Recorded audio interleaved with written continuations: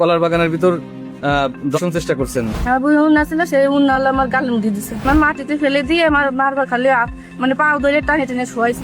কাছে দিয়ে তার গলাটা সে ধরছেন। আরো 3 মাস আগে তো এরকম অত্যাচার আমাকে করতেছে। না আমার সাইডে দেন আমার চলে যায়। ফরিদপুরের মধুখালী উপজেলার রুকুনি গ্রাম। সকাল 11টার দিকে বাড়ির পাশেই কলা বাগানে কলার মোচা কাটতে যান এই গৃহবধূ। এ সময় প্রতিবেশী সম্পর্কে মামা হারুন ফকিরের সাথে তার দেখা হয়।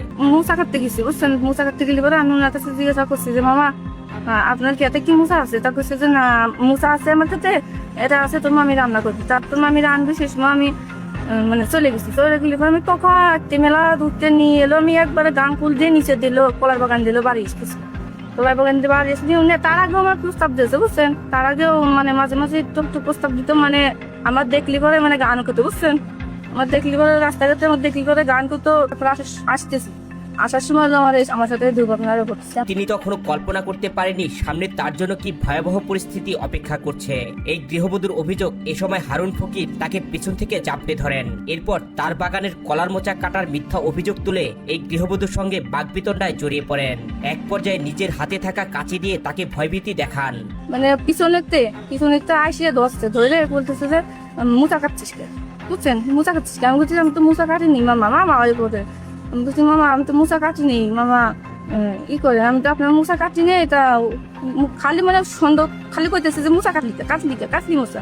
বলছি আমার মুসা কাটিনি। তারপরে কোথায় আমার হাতে যে কাশি ছিল মুসা কাটবা, সেই কাশি আমার গলায় ধরছে, বুঝছেন, আমার গলায় ধরলে পরে আমি এবার আমার হাত দিয়ে মানে ঝালি পরে মানে ওই কাশি মানে পোস্ট দিবা গেছে, সেই সময় আমার হাতে লাগছে, আমার হাতে লাগিয়ে পোস্টটা চলে আসছে, মানে আমি পোস্টটা আমার হাতে খদ্দে চলে আসছে। সেই সময় আমি কাশিটা আমার ঢেকারি ফেলাই দিয়ে তারপরে আমি পায়ে ধরছি। নির্জন কলা বাগানে এক পর্যায়ে এই গৃহবধূকে মাটিতে ফেলে দেন হারুন ফকির। মাটিতে ফেলে দিয়ে তার উপর ঝাঁপিয়ে পড়েন তিনি। গৃহবধূর অভিযোগ, এ সময় হাতে পায়ে ধরে কান্নাকাটি করেও তিনি নিস্তার পাননি। পরে তার জামা কাপড় খুলে শ্লীলতাহানির চেষ্টা চালানো হয় বলে অভিযোগ করেন তিনি। পায়ে ধরে কইছি কি মামা আপনার পায়ে ধরি মামা, আমার সাথে এরকম অত্যাচার, আমার সাথে এরকম করেন না, আমার সাইডে দেন মামা আমি চলে যাই, আমার সাথে এরকম করেন না আমি চলে যাই। মানে মেলা ওস্তাদস্তি করা হয়েছে, আমার মাটিতে ফেলে দিয়ে আমার বারবার খালি মানে পা ধরে টানে টেনে শোয়াইছে, ই করছিল। তাও আমি সেই সময় ই করবার যাই বলে পায়ে ধরে এলাম, কইতেছি মামা আমার সাইডে দেন, আমার সাইডে উপরে মানে আমি শুয়ে পড়ছি, ওই আমার শরীরের পাত দাঁড়ায় আমার গলায় কাশি ধরছে, সেই সময় আমার শুয়ে পড়ে ধরে ওরকম জামা কাপড় নিয়ে সেই অস্তাস্তি করছে। আমি সেই মেলাক্ষণ ধরে বললাম এই তো 5-10 মিনিট ধরে। এই গৃহবধূ জানান, তিনি চিৎকার করার চেষ্টা করলে তার মুখে ওড়না গুজে দেন হারুন ফকির। এরপর গলায় কাঁচি ধরে জোরপূর্বক পাশবিক উদ্দেশ্য হাসিলের চেষ্টা করেন। তবে শরীরের সর্বশক্তি দিয়ে অভিযুক্তকে ধাক্কা মেরে কোনো রকমে সেখান থেকে পালিয়ে আসতে সক্ষম হন বলে দাবি করেন তিনি। মানে অত্যাচার দস্তানস্তি করা হয়েছে। তারপরে আমার বই উন্না ছিল, সেই উন্না আমার গালের মধ্যে দিছে, গালের মধ্যে দিতে পারে আমি আবার শিক্ষা পাইতেছি, মানে শিক্ষাটা বাইরে ফিরে এজন্য মানে আমার গালের মধ্যে উন্নারা দিয়েছে। তারপরে আমি উন্না গালের মধ্যে বাই করে কষ্ট মষ্ট বাই করে টানি বাই করে শিক্ষা দিতেছি, মানে আমার শাশুড়ির নাম মা আমাকে রাখতেছি, মানে কেউ আই করলো না, মানে সেই সময় তো বাগান কেউ আই করলো না। পরে আমি সেই অস্তাদস্তি করে করে দিলে পরে আমি মানে উনারে মানে আমার শরীরের বল যেটুক ছিল সেটুক দিয়ে ওনার আমি দেখাই দিয়ে ফেলাই দিয়ে তারপরে আমি কি করছি মানে অত্যাচার করে তাই আমি ছুটে মানে পিছন ফেলেও চাই এর বিচার আমি চাই, কারণ আমার মান সম্মান এতটুক জিনিস, আমার বাড়ি কালকে মানে বাড়ি আমার ভর্তি মানুষ সবাই কাল আমার দেখে। তবে এই ঘটনায় অভিযুক্ত হারুন ফকির নিজেকে সম্পূর্ণ নির্দোষ দাবি করে বলেন তাকে উদ্দেশ্য প্রণোদিতভাবে ফাঁসানোর চেষ্টা করা হচ্ছে।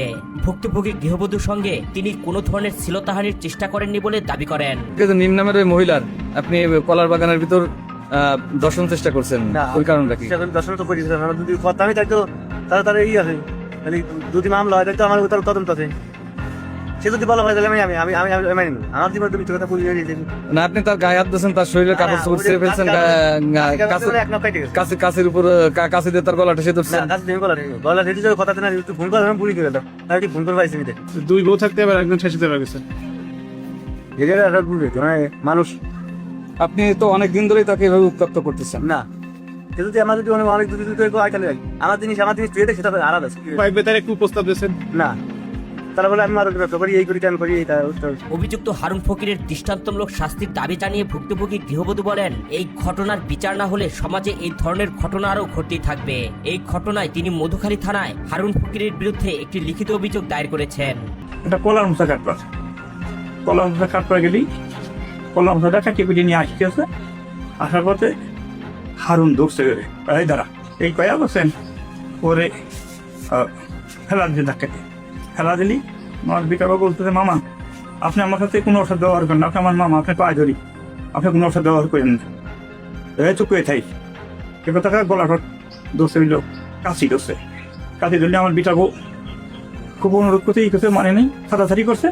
তারপরে কাশিতে আমার বিটাবো একটা আঙুল কেটে গেছে,